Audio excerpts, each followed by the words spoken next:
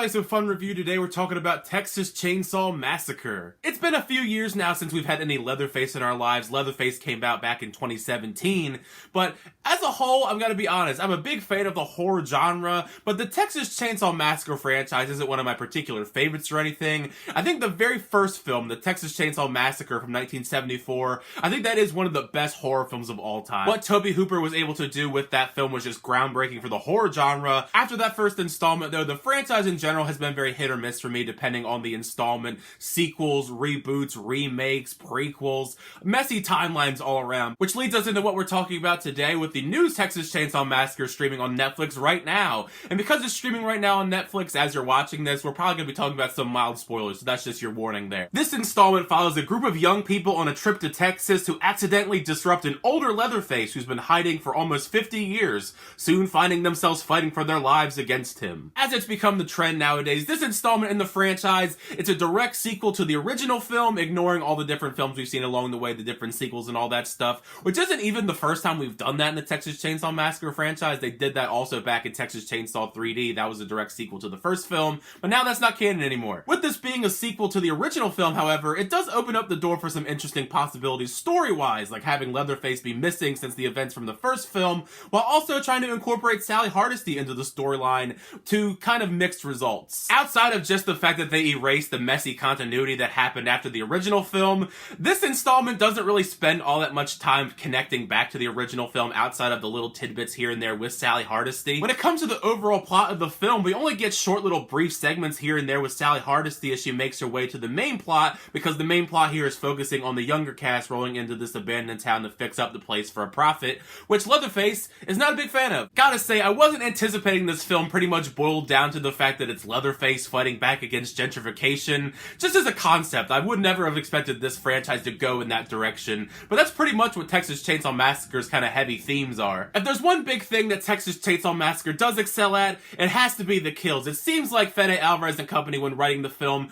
the focus here was much more on the kills than anything else, and it shows because the kills are the main highlight here. There's just a plethora of bloody, gory, intense kills all throughout the film that almost had me looking away. This might be potentially the biggest body count that Leatherface has ever had on screen if you can count all of the kills here and all the people on that bus. I was extremely intrigued to just see how we were going to tackle the fact that this is a much older Leatherface now because 50 years have passed, so he's got to be a pretty old man at this point, but he really hasn't missed a step. He's still just as brutal and creative in the way that he kills people, whether he has a chainsaw or not. I mean, he gets roughed up a little bit in some of these altercations, but it never really feels like he's in any sort of imminent danger, at least until the final act or so, when everything kicks in. But man, oh man, that bus sequence that's teased in the trailer for the film, easily, in my opinion, the best scene in the entire movie. If you're gonna watch one scene in this movie, it has to be that scene. Just pure bloody mayhem at its core, and it's even more insane than I anticipated just from that little teaser we got in the trailer. Something that is very disappointing in this entry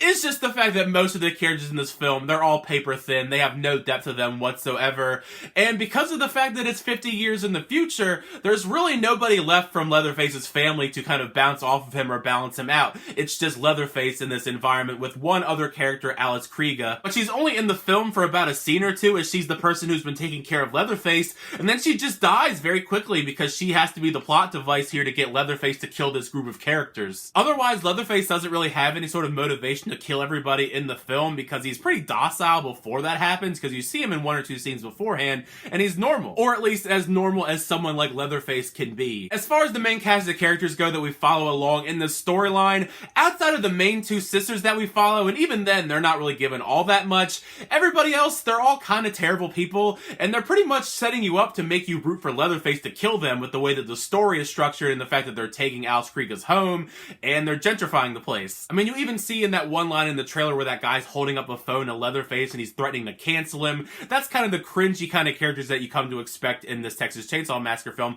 Why would I root for them to live? I would want Leatherface to kill them. One of the big factors, I think, into why there's next to no development for most of these characters is the fact that this runtime is so short. It's a very fast-paced film. It's under an hour and a half. There really isn't much time to develop much of anything when it comes to the characters, but I do appreciate the attempt that they take for Elsie Fisher's character. Out of all of the characters in the film, I think she is the one that gets the most development and the most backstory as she's trying to deal with previous traumas in her life, surviving a school shooting, and just coming face to face with that trauma while also trying to survive Leatherface. I really like Elsie Fisher. I wish she was in more things outside of 8th grade, I haven't really seen her in too many projects, so it's really cool to see her in a horror film. Since this is a sequel to the original film, I get wanting to link it in some shape or form having Sally Hardesty return, the one survivor from the original film, but I really feel like Sally Hardesty wasn't really needed in this installment. Instead of feeling organic and natural to this story, it feels very tacked on. It almost feels like a thinly veiled attempt at kind of recapturing the magic that Laurie Strode returning to Halloween has done for that franchise. It's just not as effective here. I think the actress who replaces Marilyn Burns in the role is fine.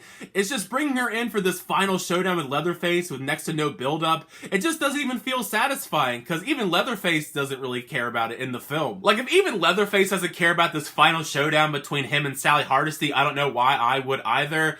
And the fact that the battle is not even that satisfying in the last 20 minutes of the film, she gets absolutely wrecked. It was just disappointing all around. We could have just not had this in the movie, and it would have felt fine. Back when this film was initially filming, I remember the headlines going around that the director had to be replaced after 1 week of filming, but as far as the directors go, I'm not familiar with this director, David Blue Garcia, but I think he did a solid job all around when it comes to the direction of Texas Chainsaw Massacre. He does a pretty good job framing the more intense sequences of the film. I do wish that the film all around had a bit more grit to it. It's a bit too clean for being a Texas Chainsaw Massacre film for my liking, but I think just direction alone, I think that he has some potential. While the film all around is a very uneven experience and never fully captures the essence of what made the original film so great, it's so short, and the fact that it's on Netflix, you may as well check it out since it's on Netflix, of course. And if you're in the mood for some crazy over-the-top kills, like I said, that bus sequence, that is the big highlight of this film. So if you're gonna watch at least one scene from this film, it has to be the bus sequence. I struggle to say that this new installment, Texas Chainsaw Massacre, is a good film by any means, but I do think it's a step up compared to the last couple entries in the Texas Chainsaw Massacre franchise. So that's where I'll leave it as far as rankings go. Now you've heard my thoughts on Texas Chainsaw Massacre. Like I said, it's on Netflix now, so if you want to watch the film, it's on there to watch. But if you have seen the film, make sure you share your thoughts down below. What did you think of the film? Did you like the film? Not like the film? What did you think of Old Man Leatherface? Because I think that's going to be an interesting topic to talk about, because that's what I was excited about going into the film, to just see what this Old Man Leatherface is going to be all about, and if we're going to potentially get some sequels, because they do have some, I guess, potential sequel threads if they really wanted to. There is a post-credit scene that doesn't really mean anything, but that it's just there. I don't know if I want sequels for this installment in the franchise, but you never know. Thank you guys as always checking out the reviews. I really appreciate that, though. Make sure to leave a like on the video and also subscribe to the channel to update reviews, reactions, unboxings, and more. For the next time, I'll see you guys later.